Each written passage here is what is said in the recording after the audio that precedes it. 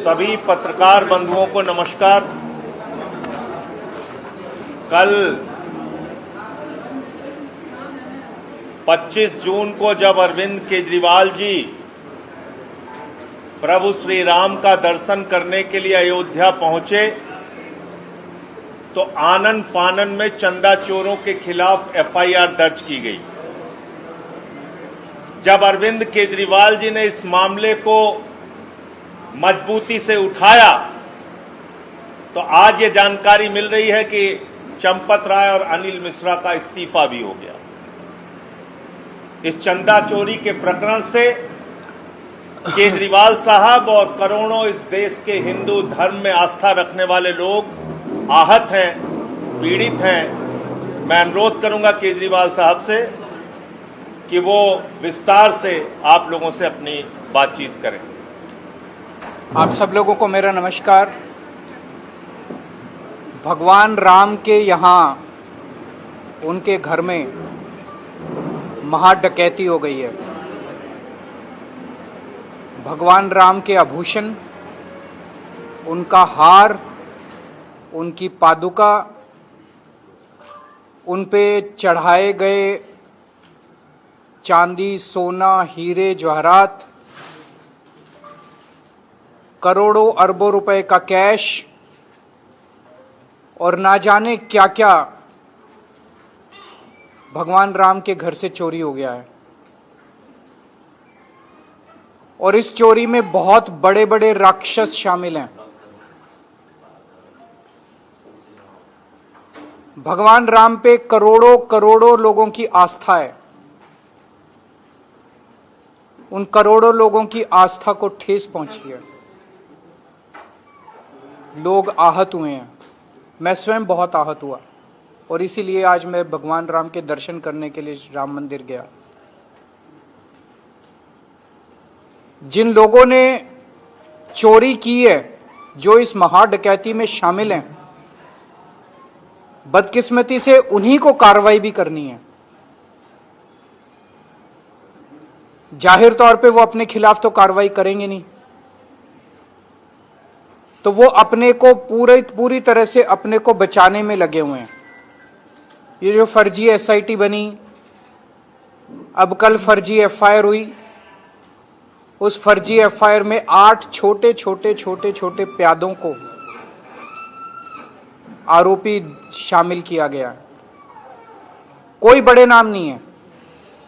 तो फर्जी एफआईआर, फर्जी एसआईटी, तो एक तरफ तो इतनी बड़ी महाडकैती हुई और दूसरी तरफ इसमें जितने बड़े बड़े राक्षस शामिल हैं उनको बचाने की कोशिश की जा रही है। ये एक तरह से सभी हिंदुओं के जले पे नमक छिड़कने वाली बात है। लोगों का कहना है कि उन्हें तब तक उनकी आत्मा को शांति नहीं मिलेगी जब तक इन चोरी करने वाले लोगों को, बड़े बड़े लोगों को सरेआम फांसी की सजा नहीं दी जाएगी।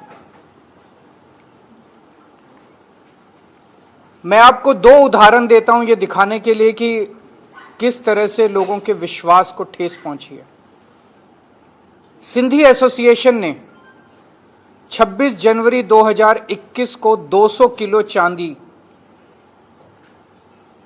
दान में दी। उन्होंने दान दी, उन्हें रसीद नहीं मिली। उन्होंने रसीद की जिद भी नहीं की। उन्हें पूरा यकीन था कि भगवान के यहां चंदा चढ़ा रहे हैं, इसमें रसीद की क्या जरूरत है। बहुत लोग जाते हैं भगवान के यहां चंदा चढ़ाते हैं, रसीद कौन मांगता है। 5 साल हो गए, उन्होंने कभी रसीद की जिद नहीं की। लेकिन अब जब उन्होंने ये सारा मामला अखबारों में पढ़ा और मीडिया में देखा तो उनकी भी रूह कांप गई। अब वो पूछ रहे हैं कि हमारी 200 किलो चांदी कहां गई। उनका विश्वास डगमगा गया। भगवान राम पे उनकी अटूट श्रद्धा है, लेकिन मंदिर को चलाने वाले और उनके ऊपर के आकाओं के ऊपर उनका विश्वास डगमगा गया। रोज लाखों श्रद्धालु मंदिर में आते हैं, मंदिर में चढ़ावा चढ़ाते हैं। अखबारों में खबरें छप रही हैं कि रोज लगभग 12 से 14 लाख रुपए का चंदा आया करता था मंदिर में। जब से ये खबरें मीडिया में आई हैं, ये घट के 1 लाख रुपए से भी कम हो गया। लोगों की आस्था को बहुत भारी ठेस पहुंची है। ये कोई मामूली, जो मैंने आपको इस तरह के ढेरों उदाहरण है, अखबारों में रोज छप रहा है। एक कोई रस्तोगी जी है, उन्होंने 2 दीपक दान में दिए, जिसमें से एक दीपक पे अखंड ज्योति जलाई गई। प्राण प्रतिष्ठा के बाद बता रहे हैं कि उस दीपक का कोई अता पता नहीं है। बहुत सारे लोग हैं जो अब अपने अपने चंदे का हिसाब मांग रहे हैं। जिन लोगों ने अपनी जमीनें बेच के, अपने गहने बेच के, अपने घर का पूरा सामान बेच के सब कुछ भगवान राम पे लुटा दिया, आज उनकी आस्था को भारी ठेस पहुंची है। जो भगवान राम अपने पिताजी दशरथ के कहने से 1 मिनट के अंदर 14 साल वनवास, उन्होंने सत्ता को लात मार दी। शाम के वक्त भगवान दशरथ के कमरे में माता कैकेयी वहीं थी। माता कैकेयी ने कहा कि तुमको कल सुबह 14 वर्ष वनवास के लिए जाना है। सवेरे उनका राज्याभिषेक होना था। उन्होंने मुस्कुराते हुए कहा कि मेरे लिए बड़े सौभाग्य की बात है कि उन्होंने सत्ता को लात मार दी। ऐसे भगवान राम के नाम को इस्तेमाल करके पिछले 30 साल से भगवान राम का मंदिर बनाने के नाम पे चंदा चोर पार्टी सत्ता में आई। भगवान राम का मंदिर बनवाने के नाम पे उनके नाम का गलत इस्तेमाल करके भगवान राम, जो मर्यादा पुरुषोत्तम भगवान राम है, उनका नाम इस्तेमाल करके ये सत्ता में आए। और जब से सत्ता में आए तब से इन्होंने राम मंदिर को अपनी पैसे की हवस का शिकार बना दिया। कितना चोरी हुई है, कितनी चोरी हुई है, रोज कुछ ना कुछ निकल रहा है। एक जमीनों की चोरी हुई है, जमीनों के जरिए इन्होंने पैसे को साइफन ऑफ किया है। एक सबसे नेट पे चले जाइए, एक उदाहरण जो आपको आपके रोंगटे खड़े कर देगा।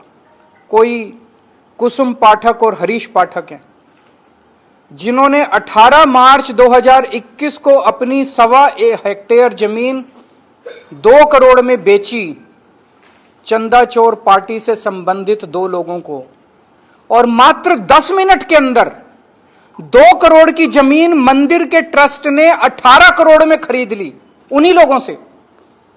पाठक परिवार ने 2 करोड़ रुपए में जमीन घर बेची और 10 मिनट के अंदर ट्रस्ट ने चंदा चोर पार्टी के लोगों से 18 करोड़ में जमीन खरीद ली। इसका मतलब 16 करोड़ रुपए ट्रस्ट ने भगवान राम के साइफन ऑफ कर दिए।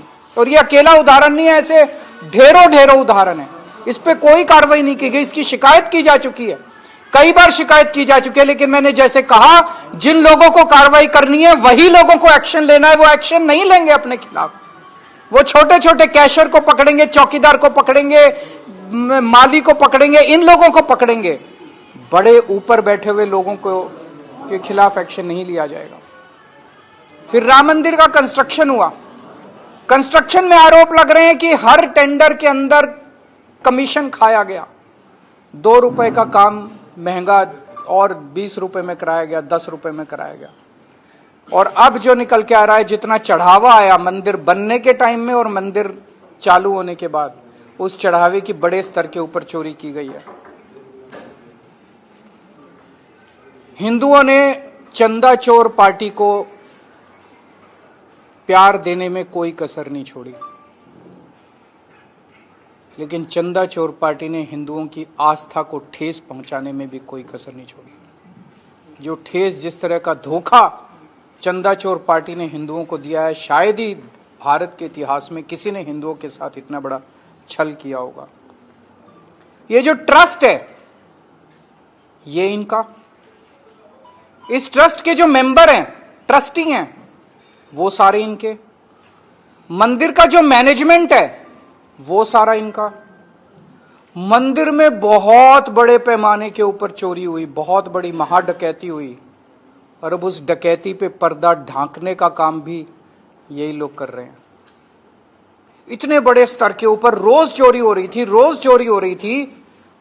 क्या बड़े लोगों को पता नहीं था? जो बड़े लोग कह रहे हैं कि नहीं इसमें तो कैशियर है, नहीं इसमें तो ये इन्वॉल्व है, बड़े लोगों को पता नहीं था? रोज जैसे किसी मंदिर में मान लीजिए कोई मूर्ति चोरी हो जाए, वो तो चलो एक घटना हुई, किसी ने ताला तोड़ दिया मंदिर में मुख्य, लेकिन जहां पे रोज चोरी हो रही है, रोज इतने बड़े स्तर पे चोरी हो रही है, शिकायतें हो रही हैं, 8 महीने के सीसीटीवी कैमरे की रिकॉर्डिंग गायब कर दी गई, तो इसका मतलब ये बहुत ऊपर तक की बात है, बहुत ऊपर तक की बात है।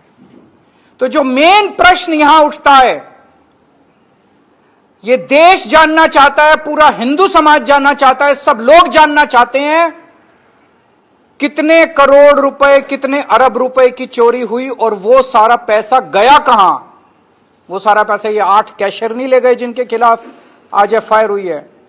अरबों रुपए की चोरी का पैसा गया कहां, अयोध्या के बाहर गया, कहां गया।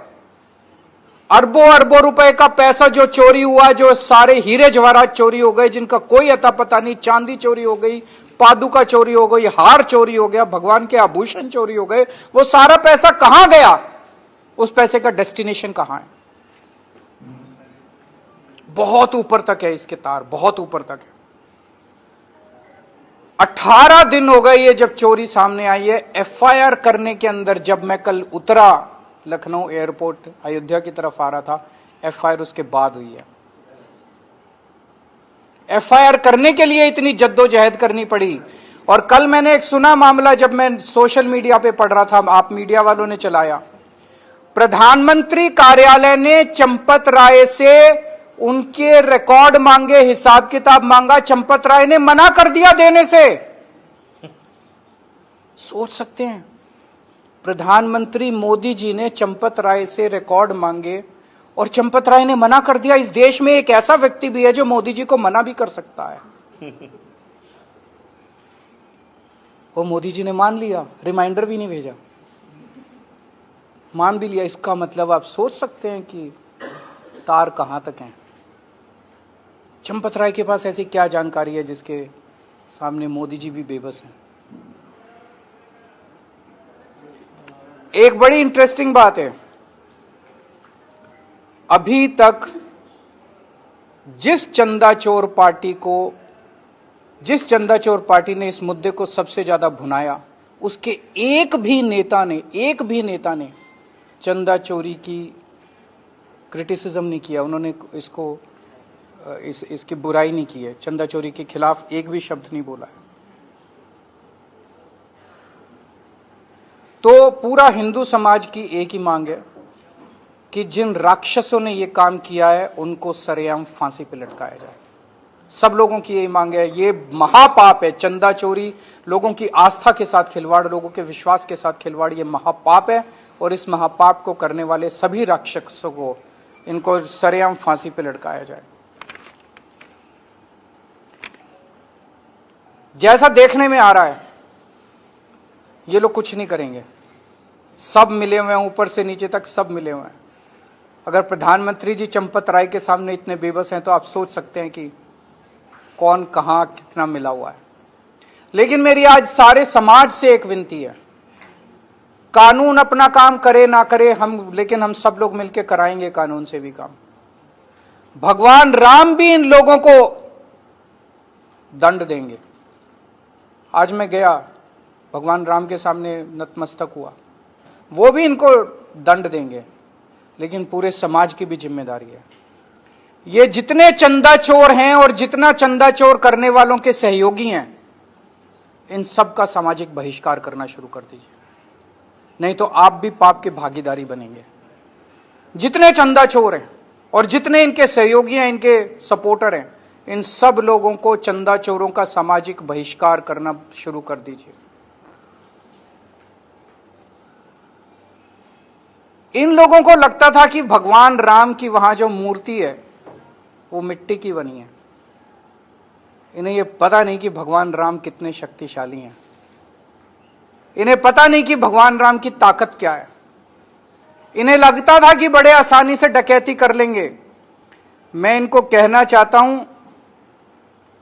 राम के सहारे आए थे, अब राम ही इनको भगाएंगे, भगवान राम ही इनको भगाएंगे।